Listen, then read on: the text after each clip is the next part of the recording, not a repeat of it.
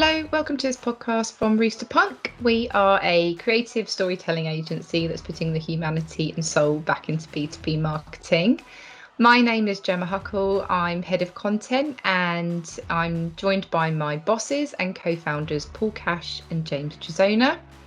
They're also the authors of the brilliant new book Humanizing B2B.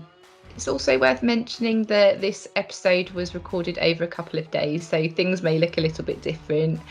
And let's get back to the episode. Hello. Hello. Good to see you. So I just wanted to start this podcast by kind of looking back to when we met back in 2014. I met you, Paul, and you kind of sold Rooster to me and I was on board within seconds. Can you tell everyone who's listening about the idea of Rooster Punk and the opportunity that you saw for kind of a more human approach in B2B? Yeah, Gemma, thank you first of all for making me wear a shirt for the first time in 12 months, and James, and you're particularly on point, very Silicon Valley, so well done for doing that. The honest answer, I guess, is that I was bored out of my tiny little mind and frustrated with where B2B marketing was heading. You know, we'd just come off the back of a decade of, digital marketing and automation. And there was a whole kind of new genre emerging around performance marketing. And I was like, is this the only thing that anybody wants to do in B2B? Is it the only thing that anybody cares about? And to be brutal, I felt B2B was selling its soul to the devil. To me, it was heading in a wrong direction. It was losing its sense of creativity. And fundamentally, I wanted to do something about that. And I guess what felt missing to me, having had 20 years experience within technology in the B2B sector, was the human factor in sales and marketing. And B2B had become so obsessed with product and speeds and feeds and this binary belief that lead generation was the only thing that mattered. And it really made me want to push in the opposite direction. But the biggest thing to me was this realization that actually decision makers in B2B were changing, and they didn't just want to buy from companies anymore. They wanted to buy into them. And this, as far as I was concerned, changed everything. And it was about putting audiences first for a change, not just products or services or solutions. And I wanted B2B to embrace concepts like purpose and branding and emotion and storytelling and culture, and use these master levers to transform companies, not just chase incremental gains.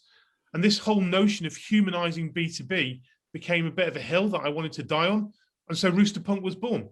And this sense of purpose has been something that we're really passionate and really committed to. And I guess so much so that we've written a book about it. Yeah, and it'd just be interesting, James, just to, obviously I kind of know, like the story that Paul's just said, that's how he kind of got me on board, but how he brought you into the mix and really sold the idea to you and, what he was looking for in his co-founder. Yeah, we'd known each other for years. We'd gone through the craziness of the .com in the early days. Paul had grown agency to being the biggest indie in Europe. And that was technology was a passion of mine. But a bit like Paul, I'd kind of fallen out of the marketing of technology. I felt that, that amazing potential when the internet came in to change the world and democratize information. Didn't necessarily feel that was happening.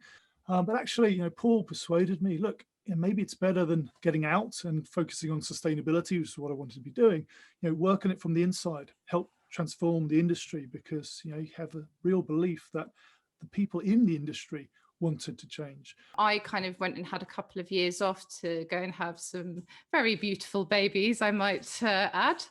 And it's really great to be back working with you guys again. But I'd really like to hear about the years that I was away from the agency. It's fair to say it's not been an easy ride. In the very early years of the agency, it was clear that B2B wasn't ready for our particular flavor of marketing.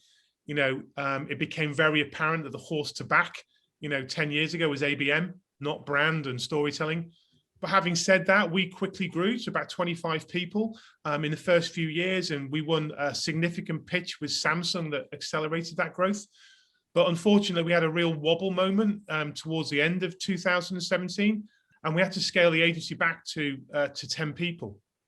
And it was a really, really hard, tricky time, both personally for me and James, and obviously for the business. But, you know, what we connected with around this kind of humanizing ethos and purpose really kind of helped us bond together and gel, and, you know, created that kind of real commitment to want to get out of this and fight our way back. And we did that. And in 2019, we started to see some real traction for the first time around emotion and storytelling in B2B. And it was a real turning point for the agency. So I guess kind of just turning to the book, I've got so many questions. I'm so excited about it, for one. I whizzed through it really quickly. I was like furiously writing notes everywhere. And obviously I'm biased, but I have to say it's a really wonderful read, and it's really insightful for anybody working in B2B marketing. So just wanted to kind of start by asking, what prompted you to write the book in the first place? Yeah, so pretty easy, really. There was a burning passion. I felt we had something important to say. Secondly, a sense of responsibility.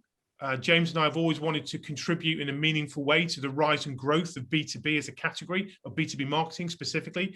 You know, we wanted to inspire a new generation of B2B marketeers that life in B2B land is fun. It can be interesting, it can be challenging, it can be purposeful, it can be whatever we want it to be.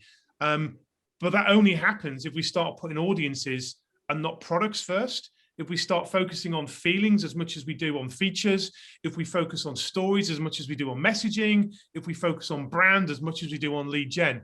And I guess the changes that we saw in the way senior marketeers were talking about marketing in a post-pandemic world made us really excited.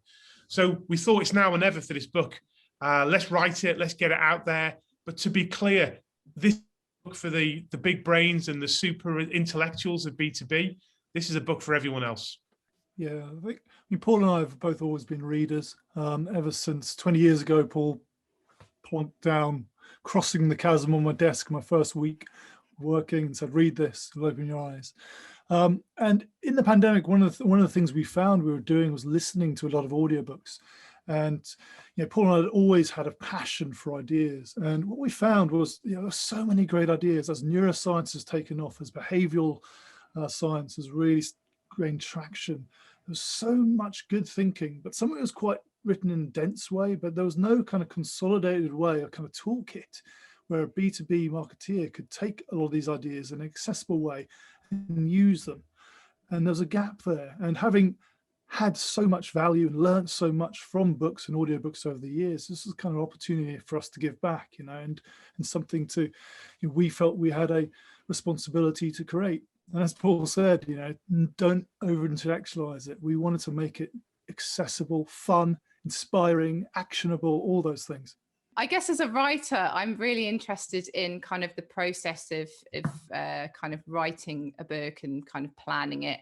How did you find that? And kind of as a duo, the collaboration of writing a book, was it really easy to decide who was going to write what, or were there lots of boy band type arguments? I'm just interested to hear.